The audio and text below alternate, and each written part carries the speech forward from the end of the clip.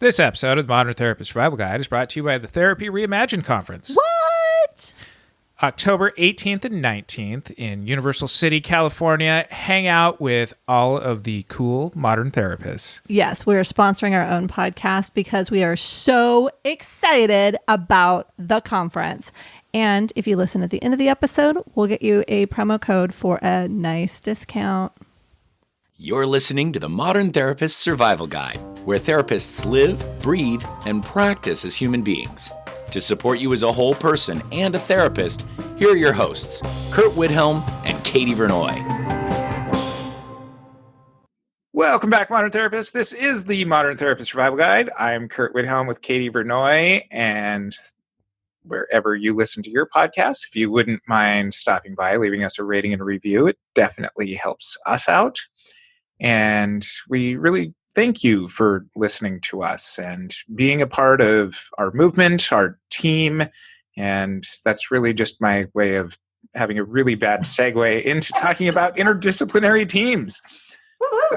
Today we're talking about the education gaps in really helping therapists conceptualize how to be a part of an interdisciplinary team, how a lot of us learn about working as part of these teams as trial by fire sort of things, and really looking at interdisciplinary work as being a best practice of behavioral and mental health care in and of itself, kind of regardless of whatever evidence-based practice or theories that you might be working from, but just how we go about this in treatment teams really does show the best effect for client outcomes.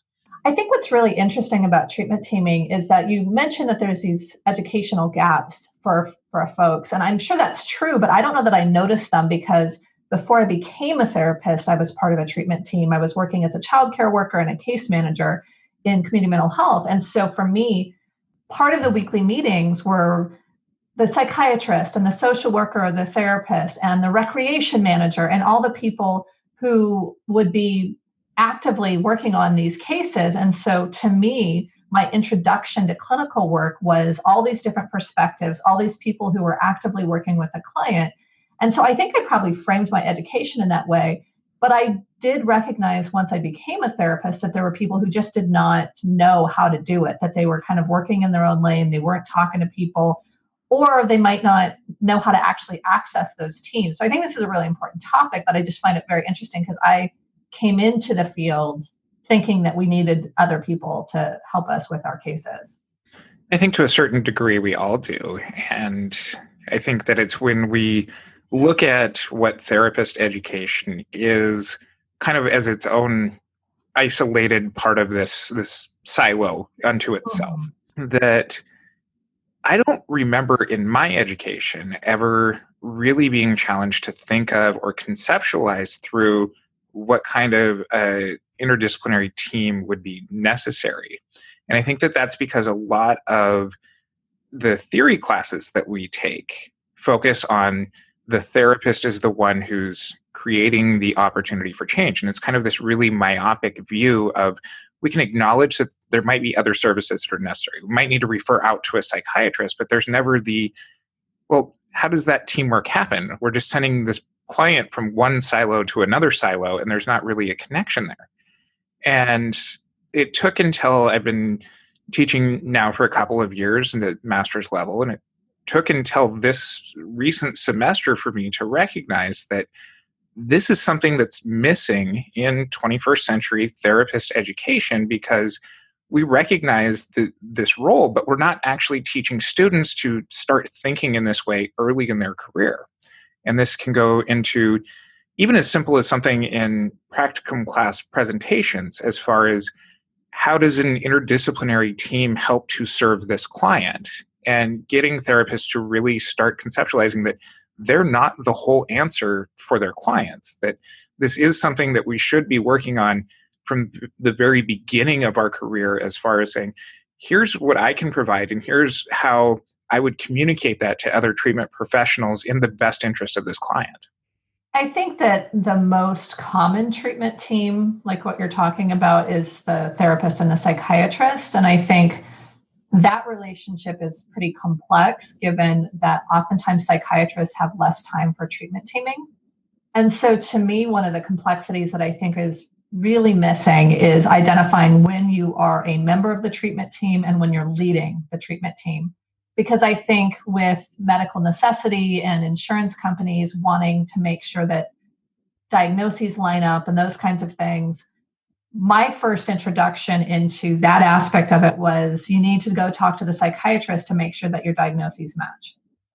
And I think that's an aspect of it, but it also doesn't create a collaboration necessarily unless you really push that, because oftentimes psychiatrists will say, well, it's this because this is the medication that I want to use. And it doesn't go deeper into the clinical aspects, because I think psychiatrists and therapists who are working within those systems have some limitations on what they can do if they don't use the right diagnosis or they don't use the right words for their interventions. And so it can feel very stifling, I think, for clinicians and psychiatrists to have a deeper conversation about what things might be, or the case conceptualization. So I think, to me, one of the first lessons that I would really want to teach folks is being able to understand the difference between diagnosing for medical necessity and having a richer case conceptualization. I'm not a psychiatrist. I'm not a medical doctor. And so it can be very easy for me to point out that there are things that need to be changed about psychiatric training as well. Because one of the issues that you're speaking to here is about the ego of each of the treatment team members. Yes. And I think that this is something where across my career, I have worked with some wonderful psychiatrists who have really come in, and they're wonderful to the point where they're the ones that I continue to try and have on my treatment teams with my clients. But I've also worked with some very large egoed psychiatrists. That was very diplomatic. And, part of working with them is because it doesn't feel like we have contributions that are respected in both directions as part of the treatment team. And that is something that does seem to me to be missing, as far as if this is actually in the best interest of clients, we have to be able to get past that ego place. And I know that within all of the mental health licenses and practices, that there does seem to be this hierarchy that we're all taught to follow, that the MDs are at the top and they know everything. And the psychologists are supposed to, have this status, and master's level licenses are supposed to be below. And that doesn't work in interdisciplinary teams, because if we each have an expertise that can bring in a different perspective, then that's really what needs to be focused on as far as the best interest of the client's outcome there. I agree for the most part, but I think each opinion should be valued, but I think there needs to be at least some hierarchy in order to have a cohesive treatment plan. If everybody has kind of equal say and there's nobody that's kind of making that final decision, obviously a treatment team that has wildly varying diagnoses or wildly varying treatment plans that don't seem to coalesce, that's a problem. But having someone who is actually the leader of that team, I think, is important, because that then goes to, okay, who's going to be the person that makes those final decisions and makes sure that everything comes together? Who's going to hold people accountable to the different aspects? Who's going to be the one that's going to be the central hub of communication? So I do think that has to happen. I think the hierarchy and not to jump in, but this is right up your alley. This is leadership. And that's regardless of which license or which aspect of the treatment team that you're on. That's just being a good leader. For sure. And I think most of the hierarchy would suggest that the psychiatrist is the person who should be the leader, or the psychologist. I actually disagree with that. I think it should be the treatment provider who is most situated to do that. So it most often actually should be the therapist, unless there is another provider or a school or something like that where there's someone else that can be the hub of information and help with the decision making. But the reason I don't think it should be a psychiatrist or like an assessment psychologist, if it's a treating psychologist, I can see that. But those folks are providing services that are, if it's a meds only psychiatrist and an assessment only psychologist, I think those folks are contributing information and they need to be on board. But I think the person who's meeting weekly or the person who's meeting daily, depending on the type of treatment you're doing, I think those folks really need to be the leaders. And that means for therapists, we have to get past this awe of medical doctors and psychologists as master's level therapists. So I think it's just identifying who makes sense to be the leader of the team and really finding a way to get opt-in and perspective from everybody so that they can actually create a cohesive treatment plan that each person is playing a role in. There's a huge practicality aspect to that too, because oftentimes those psychiatrists, those assessment psychologists are going to be more expensive time-wise to incorporate into team meetings or whatever communications that everybody's contributing. And if you're in an agency setting, I can totally see a bean counter somewhere saying that this is not the best utilization of this professional's time. But when the evidence does suggest that having all of these different viewpoints from all of these different fields is what's best for the outcomes of the client, we do need those perspectives. And I fully agree with you that the further removed that somebody is from the day-to-day aspects, less likely that they should be in that final decision-making role. Mm-hmm. But this kind of brings to the next idea that I have about this is that within our licenses, within each of our own fields, whether it's the treatment provider, whether it's the nurse or the medication end, we have all of these problems of arriving at how a client's diagnosis gets there and what the best treatment should be theoretically and what we do provide. And we spend so much time arguing about this within each of our own fields that often precludes us from actually getting to moving that into a team with people from different fields and being able to bring all of these different perspectives together and sift through the information that each of those team members are able to provide and to be able to then bring that together, because we get scared of this scope of practice and scope of knowledge sort of thing to venture into these debates with, well, why is that medication the best for this client? And being able to understand that when you are a master's level or a psychologist talking to a psychiatrist, of really getting into the understanding of the thinking and how that might play out. I see what you're saying. I think for me, I've not had that experience. Like I said, I kind of grew up as a mental health provider having these interactions. And I think it's seeing how each person's role plays out. So I think the leader role is one. That's like, hey, let's make sure we're all coming together. I'm going to take personal responsibility to make sure that each treatment team member is contacted, that kind of stuff. Potentially, I'm the person that's going to make a final decision on the official diagnosis or whatever. But I think that role is a little bit different. I think when we're looking at the function of the treatment team, when I interact with a psychiatrist, I just had a conversation with a psychiatrist recently. It's, what are you seeing? What am I seeing? And how can I be of assistance to you in your treatment? And so part of it's also the planning of what, when I'm seeing my client on a weekly basis, are there side effects that I should be helping to, redirect my client back to you? Are there treatment goals or treatment planning that you're doing that you need to make sure that the client is making these appointments? I'm seeing that I have more access to the client, and what does the psychiatrist want me to know so I can play an active role in supporting the psychiatrist's treatment plan? I think there can be those debates, and I think there can be like, wait a second, I'm not seeing this diagnosis. And in a recent conversation, I was talking about like what are the next steps and what are you seeing as potential if this current medication makeup is not working. And when it was like going to a much more serious medication, I was like, well, I really don't want to get there. So let's talk about what the other options are and how I can, how I can focus my treatment, how you can focus your treatment, so we don't get to this really extensive medication profile.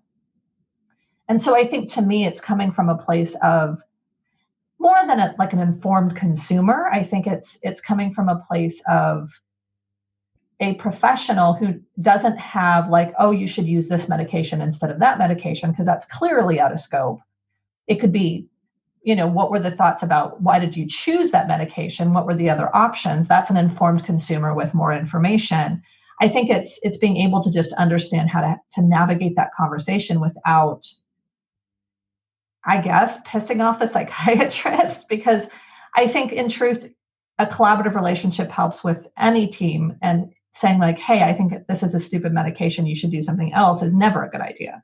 So I think coming from a place of curiosity and from kind of this almost informed consumer idea can be a good place to start when you're talking to someone that has a different scope than you.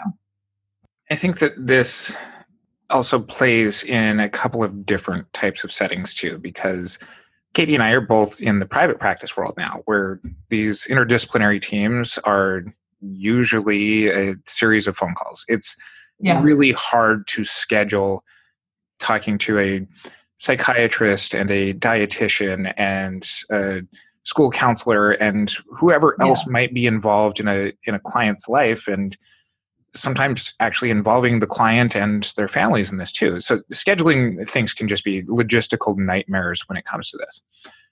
So there's that difficulty. It's also hugely expensive to try to pay all of those providers for that 1 hour. Right. So that's B.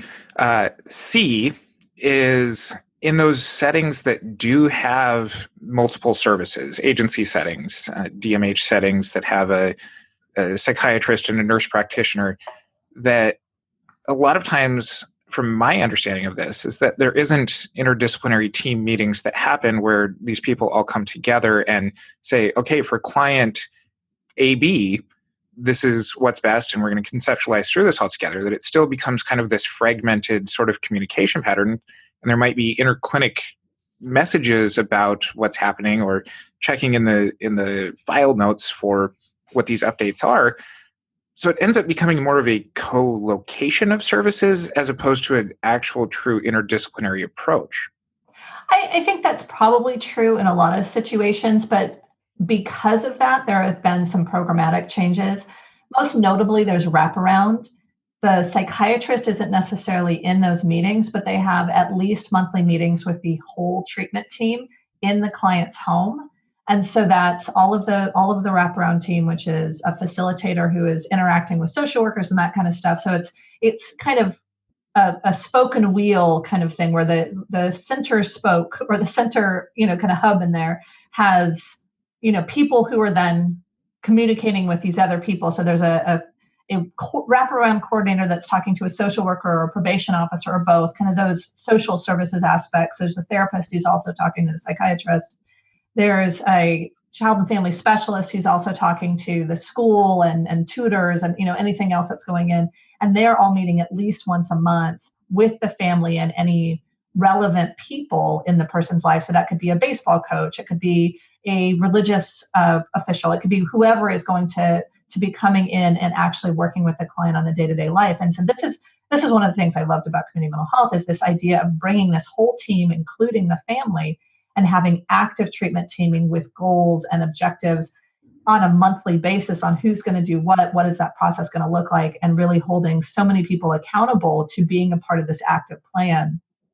And so it was actually kind of manualized into the treatment. This is required to get this funding. You have to do these types of things.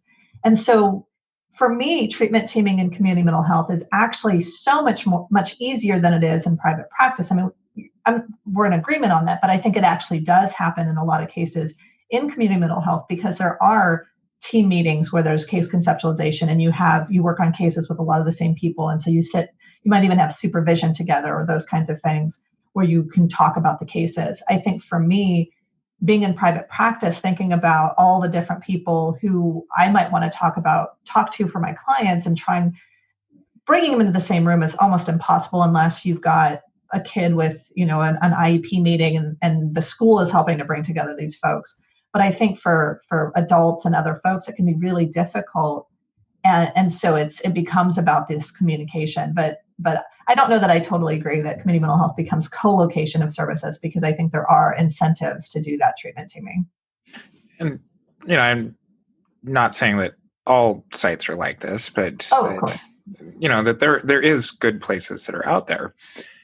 And, kind of speaking to this is that in private practice, I think that there's such a fear of the legalese and the confidentiality that a lot of the therapists end up in trying to navigate through what the communications to the other treatment team members might be. If a client's saying, I'm really not liking the psychiatrist that I'm seeing, I think I'm going to fire them and go find another psychiatrist. Yeah. Then there's kind of this question of, well, as the therapist, do I tell the psychiatrist, like, hey, you're going to get fired from this case? No. But that becomes really, a core piece of this whole team type setting, especially in the private practice world. Of if that's something where we do support clients having a consumer choice into who their treatment providers are, but if that kind of stuff gets in the way of the treatment team being able to communicate with each other, then that also is a barrier to client success. Explain that. If you and I are serving different roles for a client, if I'm a therapist and you're a coach for them, and the client tells me, "Hey, I'm thinking of switching to a different coach. I don't like Katie for whatever reason. She doesn't find dad jokes funny enough, whatever it might be." If I don't tell you that, then that's something that could be a further barrier to the work that you get done with the client. It could be a barrier into other communications once you potentially do get fired from that client of, hey man, why didn't you tell me? So it's things that can disrupt kind of that communication within a treatment team, especially a non-organized one that would happen in a wraparound program that really could affect the ability for the client to have us as a team be able to say, hey, Katie, there's certain things that this client's not responding to you on. I think that those are things that you need to address so that way they can reach their goals faster. So I agree to a certain extent. I guess I'm conditionally agreeing to most of the things that you're saying today, but sounds like our entire relationship. But so for folks who are newer in their career, I think if you're going to do treatment teaming, you want to make sure that you have a pretty clear release of information to talk to anybody on the team, even if it's within an agency. Oftentimes there's ways that happens. But so if you have a release, so assuming you have a release to talk to me, you want to make sure that the client's very clear on what you're going to talk to me about. I think with this idea that the client thinks, well, Katie's not the exact right coach for anymore. I don't like that she's doing this, that, or the other thing. I think it's actually in the client's best interest, I guess, depending on the client, for you to be able to talk to that client and say, is this something that you think that would be helpful to talk to Katie about? Here's what I'm seeing about how it might work, and empowering the client to talk to me about it versus you kind of taking on this almost parent role of, let me go tell Katie what she needs to fix, so then the client just feels better. So I think in truth, I don't feel like that's actually a limitation, except for clients that can't have those conversations. I think for me, oftentimes there's this piece of sending my clients back to the other providers and figuring out how do I navigate having some information that the other provider doesn't have. But in truth, with the release forms, oftentimes it gives me that permission. And if it's something where I feel like the client is telling me something in confidence, I may say, hey, this is something that might be important for Katie to know, for example. Is it okay if in my next consultation with that person that I let them know and see if this is something that could be fixed for you? Because then that's another conversation. I think there's, and as we were talking earlier about the makeup of the team and who should be the leader of the treatment team, there's actually a whole movement where the client is the leader of the treatment team. And so I think there's a part of me that thinks that that's actually something that could be very helpful. And I think me having a consultation with a psychiatrist behind the scenes is probably more realistic logistically, but the client, I tell the client exactly what's happened there and how that's playing out so that the client's completely aware. I don't think that there needs to be this kind of behind the scenes. Now, by diagnosis, that may be different. And certainly for children, it might be different. But I think having that transparency can be hugely empowering to a client. And so I think, especially like for adult clients, having them be more central can be very helpful. And so that breakdown between communication, I don't think is a real problem. I fully agree. And I want to bring a couple of resources here as far as some ideologies behind how to best do this. And I'm going to bring in one of my favorite psychologists.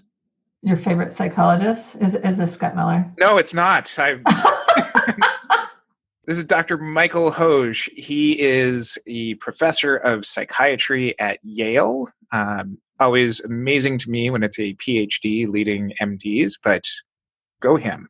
There we go. And is this something that we're going to be able to share in the show notes? Yes. Okay, cool. All right. And I can read it. So Michael Hoge is one of the founding members of a group called the Annapolis Coalition. And this started right around 2001, 2002, and really started to address some major things in therapist and mental health care delivery workforce issues. And just kind of a lot of the motives and a lot of the research backing that I do, that Katie does, is driven out of research done by this group. In kind of the wake of the Annapolis Coalition, there was the Ohio State University Collaborative for Interdisciplinary Behavioral Healthcare Education, and this was established in 2008. They came up with 6 assumptions for therapist interdisciplinary care treatment, and it's really amazing that it took that long to get to this kind of delivery. But as I'm going to hit these 6 guiding assumptions, it's really kind of interesting how this has been out for at least the entirety of my licensure career. And it took me having to dive into this kind of stuff for my own interests in order to find this. This just shouldn't become like best practices right away. So the first assumption that they come up with is that knowledge obtained in graduate experience is likely to affect one's future practice and relationships. In other words, what you're taught in grad school kind of pushes you off into a certain direction, and you just keep kind of floating in that direction unless there's some kind of outside force that pushes you there. That seems fair. Which is also super scary, and something that we complain about all the time is that we don't really adopt a whole lot of new research into our practices or our lives the further removed from grad school we are. Yeah. That's not the point of today's episode. Nope. Second assumption is that students and faculty should learn together, that we shouldn't be separating out education into different arenas, that we should be learning the stuff together so that way more seasoned learners are being able to share and ask questions from their experience and not keeping kind of novice learners siloed off to themselves. And one of the things that I hear from a lot of my students is that, yeah, we do a lot of role plays, but it's on each other who are learning this stuff alongside me. So there's not kind of that wisdom sort of education that's happening.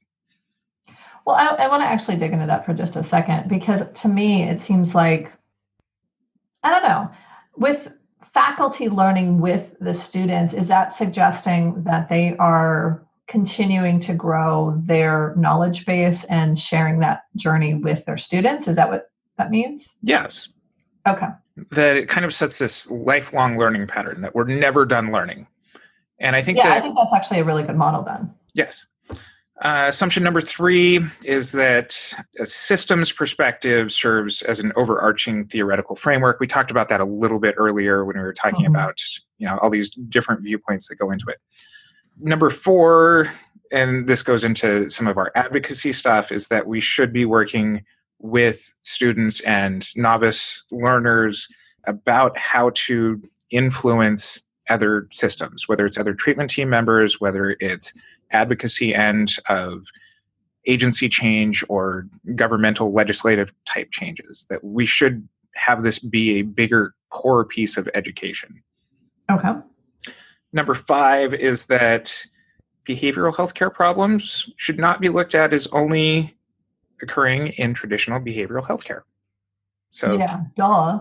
Right? Like, this is not groundbreaking stuff, but apparently it really is. And the number 6 and the final one is that the experience transforms information into knowledge. That by approaching this as teams, that this is where we're going to actually start thinking about it in this way and not just paying minds to this as kind of a conceptual thing.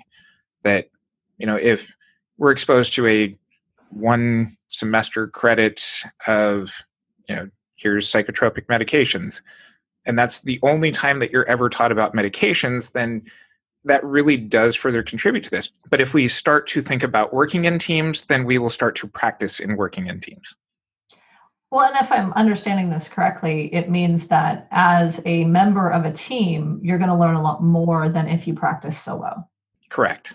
And meeting a team where you consistently collaborate with a psychiatrist, a medical doctor, maybe a lawyer, that you have people who you consistently team with to help support your clients.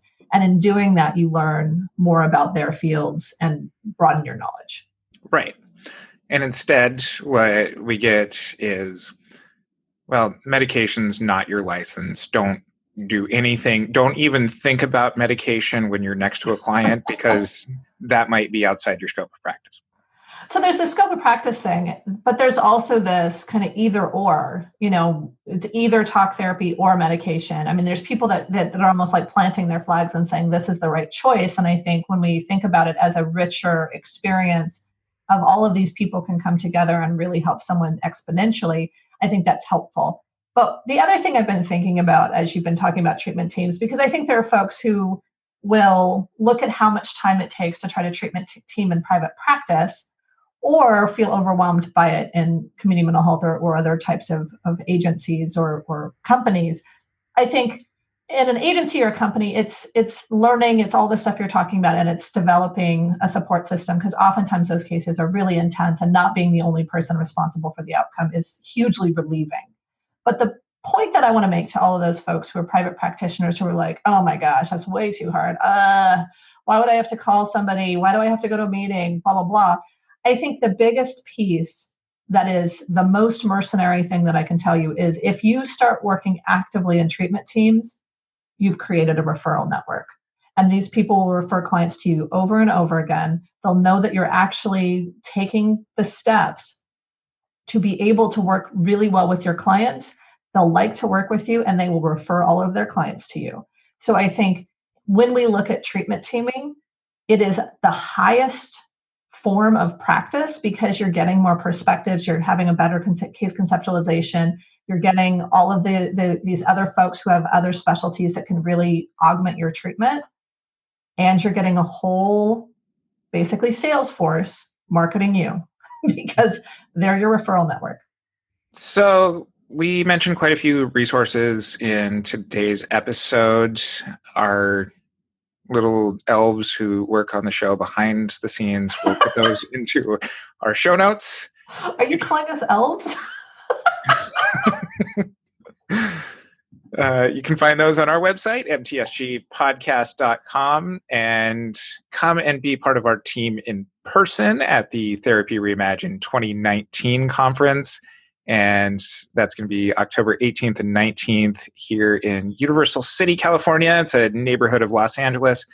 We have graciously got a lot of support from Simple Practice. They're making sure that everything's got all the CEU stuff, CE stuff for people of at least NBCC camps. Yes. Master's level licenses. Master's level licenses. We're gonna bring the fun that we bring. We're gonna bring the business building stuff that we bring. We're gonna bring the clinical knowledge stuff that we bring in person for CEUs.